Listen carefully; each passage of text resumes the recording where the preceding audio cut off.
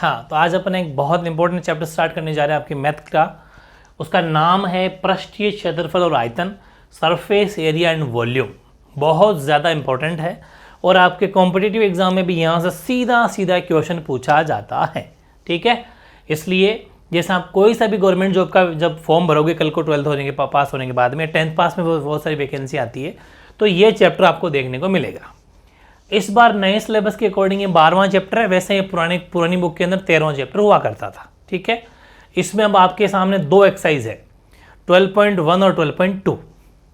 दो एक्सरसाइज है जिसके अंदर अपना आपके कोर्स के अंदर क्या क्या है, घन है मतलब क्यूब है, घनाभ है यानी क्यूबॉइड है, कोन है यानी शंकु है, और सिलेंडर यानी बेलन है। चार बेसिकली इसके अंदर है कोर्स में। और हाँ, गोला है, स्पेयर है, और हेमिस्फेयर है, अर्धगोला है। बस ये 5-6 टॉपिक मतलब इसमें अपन पढ़ेंगे। घन घनाभ यानी क्यूब क्यूबॉइड, गोला अर्धगोला, स्पेयर हेमिस्फेयर, सिलेंडर शंकु, सिलेंडर कॉन यानी कि सिलेंडर का मतलब बेलन और शंकु।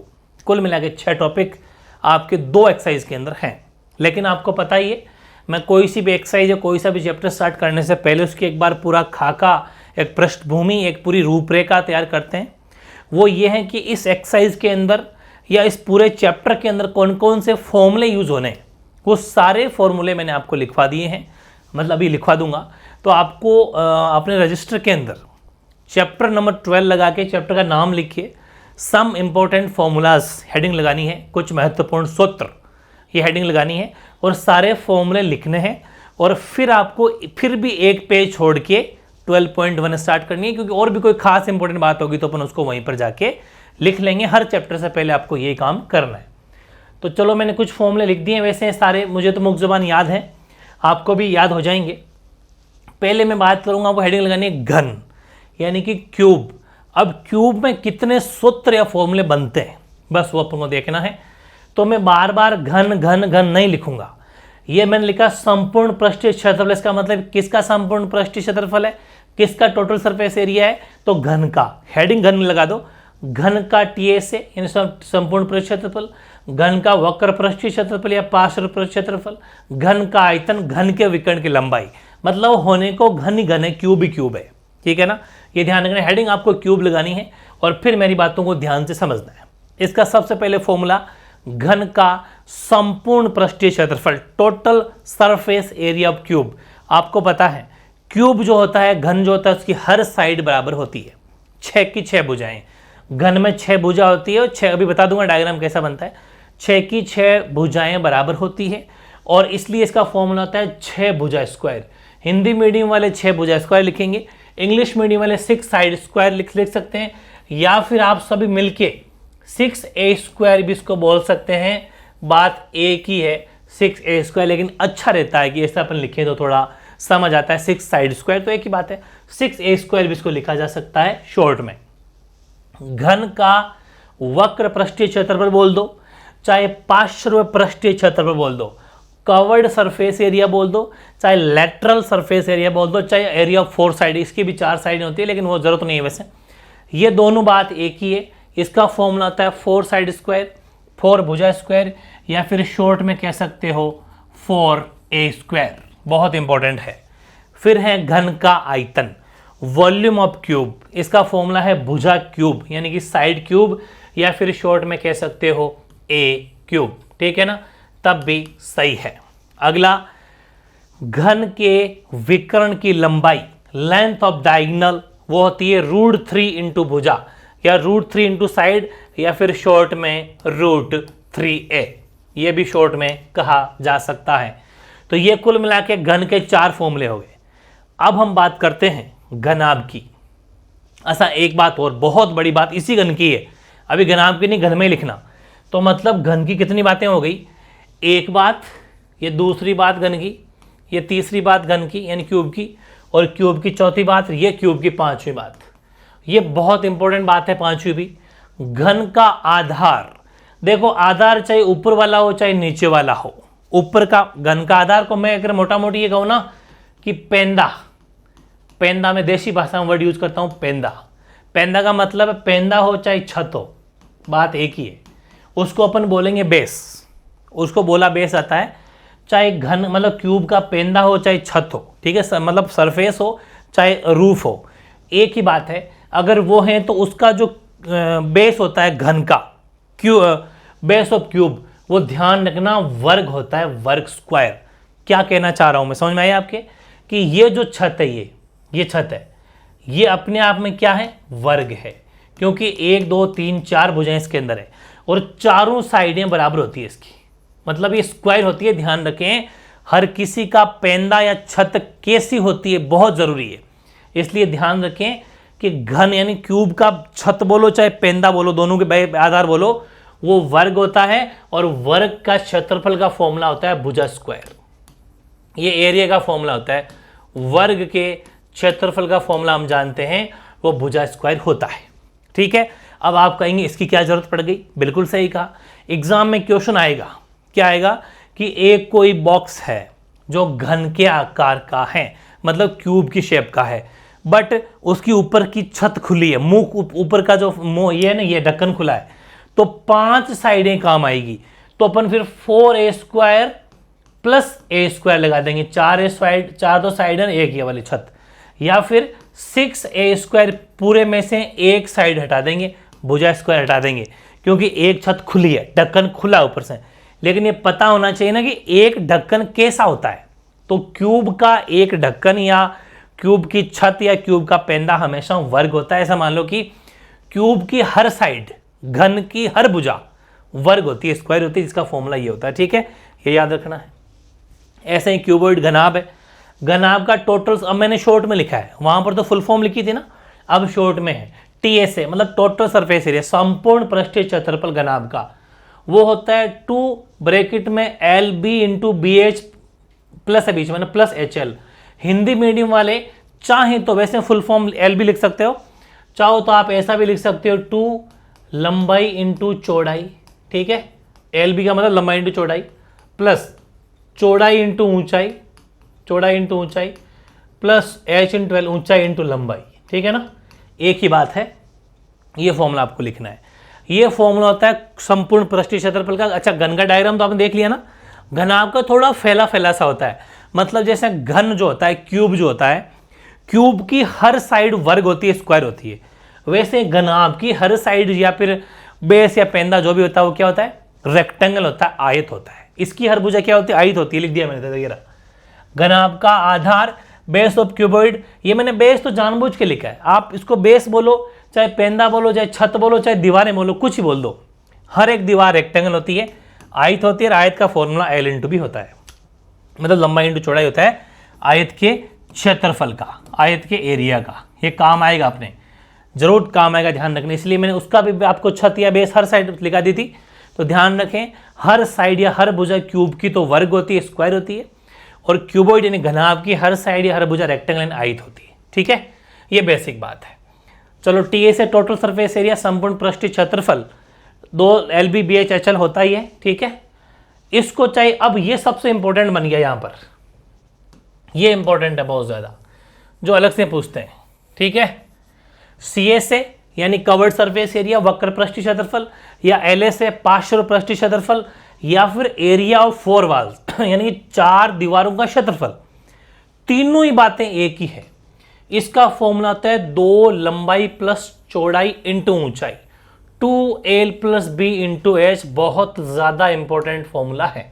ठीक है, ये जब भी एग्जाम में क्वेश्चन आए कि एक मकान है वो क्यूबॉइडल है, क्यूबॉइड की शेप का, मतलब घनाभ के आकार का है, तो उसकी एरिया ऑफ 4 वॉल्स फाइंड करो, यानी कि उसकी चारों दीवारों का क्षेत्रफल फाइंड करो, तो फॉर्मूला क्या लगाना है, 2L plus B into H। अब आपके दिमाग में एक बात आ रही होगी कि ये जो 2L प्लस B है, 2L प्लस B, ये क्या होता है, ये आयत का परिमाप भी होता है, आयत का परिमाप होता कि नहीं होता, यानी कि इसको आप पेरीमीटर, है ना, पेरीमीटर ऑफ रेक्टेंगल भी बोलते हैं। पक्का, यस।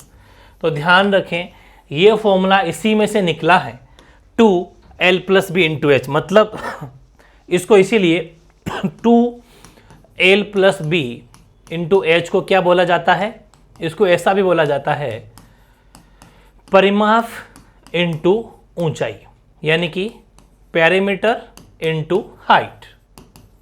ये भी आप ध्यान रखना, ये भी फॉर्मूला कभी कभी बोल दिया जाता है, इसको भी आपको याद रखना है, ठीक है ना। पेरीमीटर इंटू हाइट, ये भी इसका एक फॉर्मूला है, मतलब इसी को बोलते हैं। ये क्यों लिखा रहा हूं मैं, जब आप कल को आगे से प्रिपरेशन करोगे गवर्नमेंट जॉब्स की, वहां पर ऑप्शन में ऐसा आता है कि परिमाप इंटू ऊंचाई बोल सकते हैं, यस बोल सकते हैं, क्योंकि आयत का परिमाप 2l+b होता है इंटू हाइट, तो वो भी कहा जा सकता है। इसलिए घूमना बिल्कुल नहीं है, हर तरह से तैयारी अपन करते हुए चलेंगे। फिर आता है घनाभ का आयतन। अच्छा सुनो, अपने यहाँ पर आयतन तो बोल दिया था ना, हाँ यहाँ देखो, हाँ ये तो बोल दिया था, चलो ठीक है।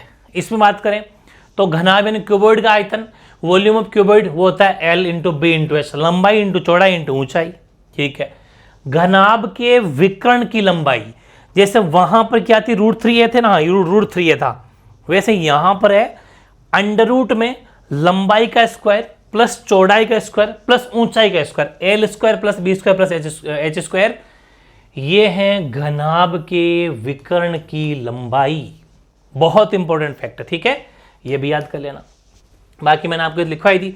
घनाभ का आधार यानी बेस ऑफ क्यूबॉइड रेक्टेंगल होता है, L इंटू बी अपन पढ़ चुके, वेरी इंपॉर्टेंट सेक्शन हो गया आपका आज का। फिर अगला है बेलन, सिलेंडर। सिलेंडर में वापस वही बात करेंगे अपन, टीएस है कुल पृष्ठीय क्षेत्रफल, तो सिलेंडर का कुल पृष्ठीय क्षेत्रफल होता है 2πr ब्रैकेट में r+h, वेरी इंपॉर्टेंट है। फिर CS है या LS है, कुल पृष्ठीय क्षेत्रफल या पार्शियल पृष्ठीय क्षेत्रफल, ये होता है 2πrh, ठीक है। और सिलेंडर बेलन का वॉल्यूम यानी कि आयतन वो होता है πr²h, और ये होता है सिलेंडर। इसको अपन लंबवर्तीय भी बोलते हैं, यानी कि इसको अपन रेक्टेंगुलर भी बोलते हैं, लेकिन उससे फर्क नहीं पड़ता, ये एक सिलेंडर है, ठीक है। बेलनाकार मतलब बेलन का स्ट्रक्चर कैसा होता है। तो अब यहां पर एक बात और है, मैं लिख दिया बेलन का आधार। ये मैं जितनी बातें लिख रहा हूं, मतलब पेंदे, इसका ये मुंह चाहे ये मुंह, मतलब चाहे मैं इसकी बात करूं चाहे इसकी बात करूं, ये दोनों मुंह जो है वो बेलन का आधार या मुख या पेंदा कहला सकते हैं, जिसको अपन शॉर्ट में बेलन का आधार या बेस ऑफ सिलेंडर बोल सकते हैं। क्या होता है, वृत्त होता है, देख लो भले एकदम गोल है, मतलब सिलेंडर का बेस चाहे ऊपर का हो चाहे नीचे का हो, वो वृत्त होता है, वृत्त यानी सर्कल, और सर्कल का एरिया क्या होता है πr², ठीक है। जैसे अपन ने पढ़ा घन, क्यूब, क्यूब का बेस क्या होता है, अपन लिखा स्क्वायर वर्ग होता है। फिर अपन ने पढ़ा क्यूबॉइड, क्यूबॉइड का मतलब घनाभ, घनाभ का क्या होता है हर भुजा, हर भुजा या फिर हर साइड या बेस क्या होता है रेक्टेंगल, आयत। वैसे ही सिलेंडर का क्या होता है वृत्त यानी कि सर्कल, और सर्कल का एरिया क्या होता है πr²। वर्ग का सबसे पहले घन, घन मतलब क्यूब, क्यूब का हो गया बताओ स्क्वायर यानी वर्ग, वर्ग का फॉर्मूला πr², किसका एरिया का। वैसे ही फिर बड़ा अपने क्यूबॉइड, क्यूबॉइड का मतलब घनाभ, घनाभ का बेस या पेंदा क्या हो जाएगा रेक्टेंगल यानी आयत, और आयत का फॉर्मूला लेंथ इंटू ब्रेथ, लंबाई इंटू चौड़ाई। अब अपन पढ़ रहे हैं बेलन, बेलन का सिलेंडर, सिलेंडर का आधार हो गया सर्कल, वृत्त, वृत्त का होता है πr² क्षेत्रफल। अब वृत्त की परिधि भी पूछा जाता है, सरकमफ्रेंस ऑफ सर्कल, यानी कि वो होती है 2πr। वृत्त की परिधि क्या होती है 2πr, ये भी आपको लिखना है। वृत्त की परिधि का मतलब है, मतलब वृत्त का परिमाप कोई परिधि बोला जाता है भाई। जैसे अपन बोला कि वो आयत का परिमाप, तो अपन लिखा 2l+b, 2 लंबाई प्लस चौड़ाई होता है ना। वैसे ही इसका भी परिमाप या जिसको परिमाप ना बोल के परिधि बोला जाता है वृत्त का, होती है 2πr। ये सब फॉर्मूले अपन को लिखना है, सारे के सारे अपने आगे काम आने वाले हैं। ये है आपका शंकु, ठीक है। ये शंकु का मतलब है जैसे अपन गेहूं खाली करते हैं ना, मम्मी कभी गेहूं साफ करते हैं, देखना कभी छत पे तो उनको पहले खाली करते हैं, तो एक गेहूं की ढेरी बनती है, ऐसी बनती है ना, बिल्कुल। तो शंकु बस वैसा ही होता है, कौन, ये इस कौन बोलते हैं इसको, कौन के स्ट्रक्चर का शंकु होता है। इसको भी अपन देखेंगे। इसमें टीएस है टोटल सरफेस एरिया, कुल पृष्ठीय क्षेत्रफल होता है πr ब्रैकेट में r+l। इसी का CA से कवर्ड सरफेस एरिया यानी कि वक्र पृष्ठीय क्षेत्रफल πrl। अब सुनना, मैं कुछ बातें लिख दूंगा। r का मतलब है रेडियस, r का मतलब क्या है रेडियस यानी कि त्रिज्या, ठीक है। और क्या रह गया पाई, तो पाई की जगह देखो, पाई की जगह अपन को वैसे तो 22/7 रखना है जब तक वो ना कहे, या फिर वो कभी कभी आपसे 3.14 भी रखवा सकता है, वो डिपेंड करता है क्वेश्चन में कि वो 3.14 कब रखवा रहा है, वरना अपन पाई की जगह 22/7 ही रखेंगे, ठीक है। एक होता है एल, एल का मतलब है तिरछी ऊंचाई, ये वाली, ये स्लंट हाइट, इसको बोला जाता है तिर्यक ऊंचाई, तिर्यक ऊंचाई, या फिर हिंदी में तिर्यक के साथ में तिरछी भी लिख सकते हो, तिरछी ऊंचाई। इंग्लिश में एक ही नाम है, स्लंट हाइट, ठीक है, स्लंट हाइट इसका नाम है, ये हो जाएगी एल। और बाकी तो एच का मतलब, एच का मतलब है हाइट, एच का मतलब क्या है, एच का मतलब है हाइट, यानी कि एच का मतलब है ऊंचाई, एच का मतलब ऊंचाई है। बाकी सब आपके सुने हुए हैं, तो ये चीजें अपन को ध्यान रखनी है जो इसमें काम आने वाली है। वॉल्यूम, वॉल्यूम ऑफ कॉन यानी कि शंकु का आयतन का फॉर्मूला होता है 1/3 पाई आर स्क्वायर एच। फिर है तिरछी ऊंचाई, स्लंट हाइट, इसका फॉर्मूला होता है एल बराबर R square plus H square under root. एक बात सिखाता हूं बहुत गजब की, देखो एक्चुअल में फॉर्मूला होता है तिरछी ऊंचाई, बोल रहा हूं मैं एक बार, तिरछी या फिर तिर्यक, इसकी पूरी पीएचडी करा देता हूं, बहुत गजब का सेशन है, बहुत ज्यादा इंपॉर्टेंट है। तिरछी या तिर्यक ऊंचाई जिसको इंग्लिश में बोलते हैं स्लंट हाइट, ठीक है, स्लंट हाइट है, इसको अपन देखते हैं, इसकी पूरी बात समझना। इसको डिनोट किया जाता है एल से, और इसका एक फॉर्मूला होता है बच्चे, ध्यान से, एल स्क्वायर बराबर R square plus H square. ये एक्चुअल में फॉर्मूला ये होता है। अब इसी से बना है, अगर एक बात बताओ, इस स्क्वायर को मैं इधर भेजूंगा तो फॉर्मूला क्या बन गया, R square plus H square, बना कि नहीं बना। तो ध्यान रखें, ये जो मैंने बात लिखी है ना, ये बात ऐसे ही लिखी है कि एल बराबर अंडर रूट में R square plus H square, वो एक्चुअल में फॉर्मूला ये होता है, इसी का ये बनाया। अब सुनो, कभी कभी क्या करेगा, वो आपको एल दे देगा, आर दे देगा, एच पूछेगा, तो क्या बना लोगे कि एच पूछे तो आर को अंदर ले आओ, ये लो साहब, एच स्क्वायर इधर रख लेंगे, मतलब इस आर को अंदर ले आए तो माइनस का हो गया, और एच स्क्वायर, तो इसको अपन राउंड फिगर में क्या कह सकते हैं, L square minus R square बराबर एच, मतलब जो स्क्वायर था वो अंडर रूट में चला गया। समझ में आ गई। तो अगर अकेला एल पूछे तो ये फॉर्मूला, अगर इसी में एच पूछे तो ये फॉर्मूला, और इसी में आप कहेंगे कि साहब आर पूछे, बिल्कुल सही सोचा आपने, तो एच को इधर ले आओ, आर यहां रह जाएगा। आपको पता है स्क्वायर जाता है अंडर रूट में, तो ये लो L square minus H square बराबर आर। तो आपको ये तीनों ही फॉर्मूले उतारना है, मतलब आपको ये भी उतारना है और इसके साथ में ये भी उतारना है। बहुत गजब का चीज समझ में आ गई होगी आपके। फुल पीएचडी अपन को करनी है, क्योंकि ये अपन को बारी बारी सभी पूछेगा, वो एल भी निकलवाएगा आपसे, आर भी निकलवाएगा और आपसे एच भी निकलवाएगा। इसलिए तीनों फॉर्मूले का पोस्टमार्टम मैंने कर दिया है, इस पोस्टमार्टम को भी नीचे उतारना है, ठीक है। अब बात करते हैं गोला। गोला और वृत्त, इनमें फर्क है। जैसे एक फुटबॉल होता है, फुटबॉल एक गोला है, फुटबॉल क्या है, एक गोला हो गया, ठीक है, चारों ओर से गोल मटोल गोला, ठीक है ना, वो ध्यान रखें। जबकि एक चूड़ी मान लो, चाहे वो एक वृत्त होती है, सर्कल जैसी होती है, तो ध्यान रखना अपन को, जो गोला चारों ओर से बंद हो, ठीक है।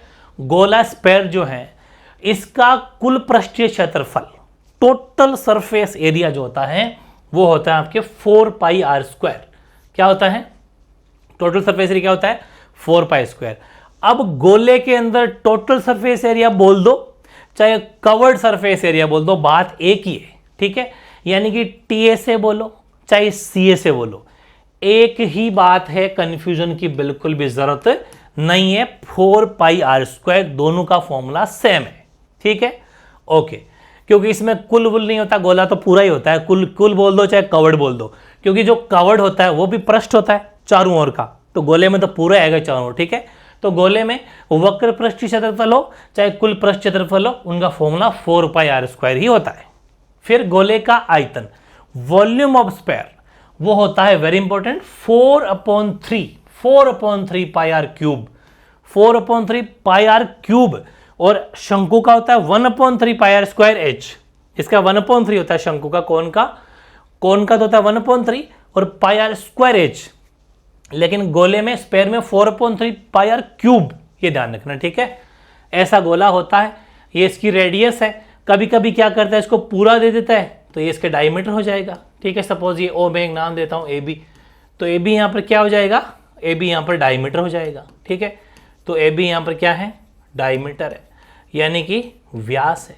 बात तो एक ही है, ए बी को व्यास ही बोला जा सकता है, और आपको पता ही है शॉर्ट में डायमीटर को अपन डी से डिनोट कर देंगे, डी, ठीक है। और जो त्रिज्या होती है वो डायमीटर की आधी होती है, ठीक है। जो आर होती है वो d/2 होती है, तब जाके आर आता है। समझ में आ गई? तो आर जब निकालेंगे, सपोज कि ये दे रखी है 10 सेंटीमीटर, तो अगर व्यास 10 सेंटीमीटर है तो रेडियस कितनी हो जाएगी? रेडियस इसकी आधी हो जाएगी, यानी रेडियस हो जाएगी 5 सेंटीमीटर, ठीक है ना। इस हिसाब से अपन इसका डायमीटर भी निकालेंगे जो अपने आगे काम आएगा। मतलब डायमीटर का मतलब व्यास, व्यास से रेडियस कैसे निकालते हैं? बस जो दे रखा है उसका आधा कर दो बस, तो रेडियस आ जाएगा। अब आगे क्वेश्चन लेंगे। खैर अपन एक होता है अर्धगोला, हेमिस्फेयर। अर्धगोला हेमिस्फेयर है जिसका फॉर्मूले अपन ने 3 लिखे हैं। टीएस है कुल पृष्ठीय क्षेत्रफल, एक है सीएस है वक्र पृष्ठीय क्षेत्रफल, और एक है वॉल्यूम आयतन। टीएस है 3πr², ठीक है। सीएस है 2πr², और वॉल्यूम आयतन 2πr³। वेरी इंपॉर्टेंट है अर्धगोले के। अर्धगोला कैसा बनता है? अर्धगोला ऐसा बनता है, एज लाइक कटोरा, ठीक है ना। ये कटोरा आधा गोला होता है भाई, गोला तो पूरा होता है, इसको बीच में से काट दो अर्धगोला बन गया, ठीक है। तो ये अर्धगोला है, प्रॉपर मेरे से नहीं बना, समझ जाना। अर्धगोला ये इसकी रेडियस है, ये इसकी त्रिज्या हो जाएगी, और ये इसकी बाउंड्री है, ठीक है। तो अर्धगोला हो गया। अब एक नई चीज आपके सामने आ सकती है, क्या कि अर्धगोले का बेस जो होता है, अर्धगोले का मुंह मान लो, अर्धगोले का बेस बोल दो, चाहे अर्धगोले का आधार बोल दो, चाहे आप अर्धगोले का पेंदा बोल दो, चाहे अर्धगोले का मुंह बोल दो, कुछ ही बोल दो, वो भी होता है सर्कल, ठीक है। वो भी क्या होता है? सर्किल होता है। वेरी इंपॉर्टेंट है, और जिसका फॉर्मूला भी आपके πr² होता है एरिया का, अपने काम आएगा, ठीक है।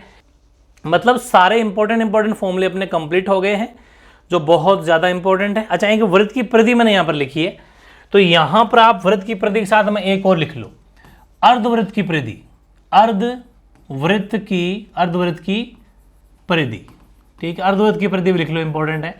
यानी कि circumference of semi circle, circumference of semi circle, देखो पूरे की होती है 2πr, भाई पूरे की 2πr होती है, अपन पढ़ रहे हैं। तो अर्धगोले की /2, इसे कट जाएगा तो πr, ये भी लिख लेना, इंपॉर्टेंट है, अपने काम आने वाला है इस सेशन को कंप्लीट करने के लिए।